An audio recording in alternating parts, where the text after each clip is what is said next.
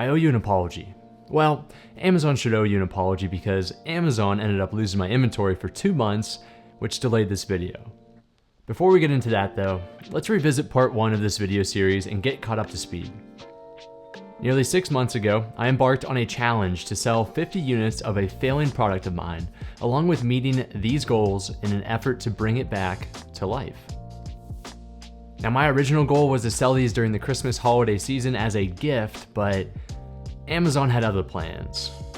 As soon as I shipped my products during mid-November, Amazon continued to delay my check-in timeframe week after week after week.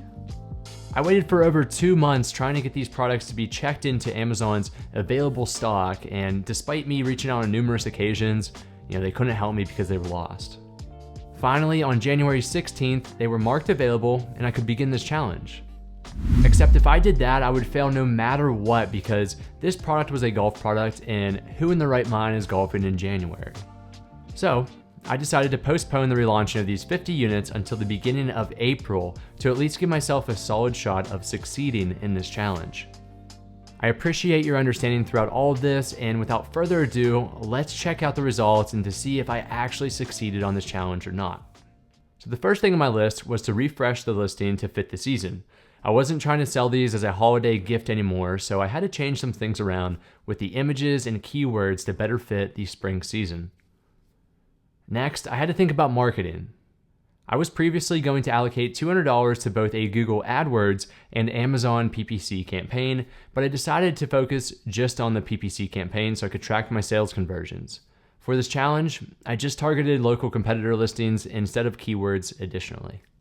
Lastly, I noticed that during the spring season, a lot of my competitors actually reduced their price despite demand increasing. So instead of pricing these at $10.95 as I previously indicated, I actually reduced that down to $9.98. You'd be surprised how many more conversions you can receive when reducing your sales price down below $10. All right, so the question we've all been asking, how did it go? Well, there's good news and there's bad news. I'll start off with the good news. First, I limited myself to selling over a span of 2 weeks as I previously intended. During those 2 weeks, I sold a total of 30 units, where 16 units came from advertising, and to my surprise, 14 units actually came organically. Organic sales means that my product was discovered through Amazon's listing pages or on competitor listings without any form of advertising. This is how you maximize your profit margin, but there's gonna be more to come on that. Okay, let's take a look at the ad campaign. Over the 2 weeks, I spent a total of $118 in advertising, and as a result, I generated $160 in revenue. This brings my ACoS, or advertising cost of sales, to 74%, which means that for every $10 I generate, I paid $7.40 in ad fees. Now that's not good at all, and I typically want this number to be well under 20% for a private label product. The good news is that I stayed under budget. I didn't spend the $200 as I intended. I was actually $82 under budget. Next, let's break down my net profit to see if I accomplished this goal. So I broke down the numbers into 2 rows, one for organic sales and one for ad sales. My cost of goods sold was $1.10 per unit, which includes my manufacturing and shipping costs from my supplier per unit. My fees included my Amazon FBA fees, referral fees, and storage fees at Amazon. I did not include my personal professional membership in this, as it would be very complicated to break it up per unit along with all of my other products that I'm selling. So in total, I netted close to $56 in profit for the organic sales and lost $54 on the ad sales. Hey, it's still a net profit, right? Lastly, let's get into the bad news. Now for me personally, my main goal of this challenge was to increase my ratings from a 4.2 up to beyond a 4.5 on average. I ended up receiving 2 reviews during this time, but it honestly wasn't enough to bring my average up to plus 4.5. There was one 5-star review, which was excellent, and there was also one 3-star review, which actually reduced my average down to 4.1, or a decrease of 0.1 overall. Taking a look at our goals, I succeeded on staying within budget and net profit. However, I fell short on selling all 50 units during this time and increasing my average review rating. So what would I do differently next time around, and what are my takeaways?